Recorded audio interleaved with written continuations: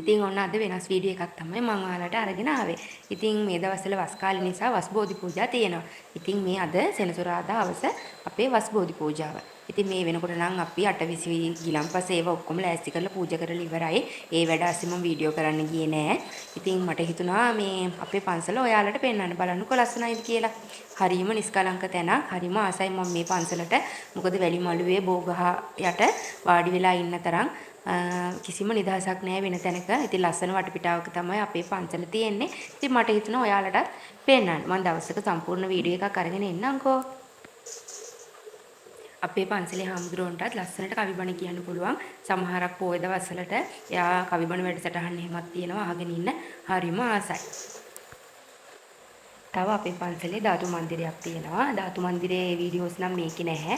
මොකද අද නිකන් සෙනසුරාදා දවසක් නිසා මේ ධාතු මන්දිරේ විවෘත කරේ නැහැ. විශේෂ දවසක් ඒ කියන්නේ පොය දවසක් වගේ නම් ධාතු මන්දිරේ විවෘත කරනවා. එදාට ඉතින් ධාතුන් වහන්සේලා බලන්න වන්දනා කරගන්න හැම කෙනාටම පුළුවන්.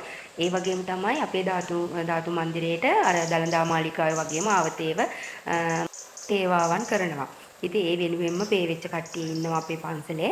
ඉතින් ඒගොල්ලෝ තමයි ඒ දේවල් වෙලාවට කරන්නේ. උදේ 5ට කිරිපිටු පූජා කරනවා.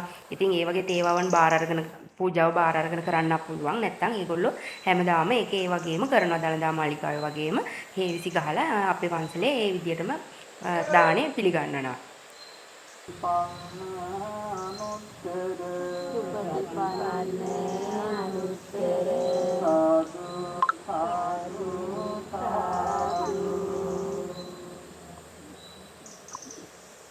බෝධිරාජානන් වහන්සේ සසරදී පමාවක් මට කිසිම හේතුවකින් නොවේවා සාදු සාදු සදා සුන්දර නියම් සුවයම මට ලැබේවා.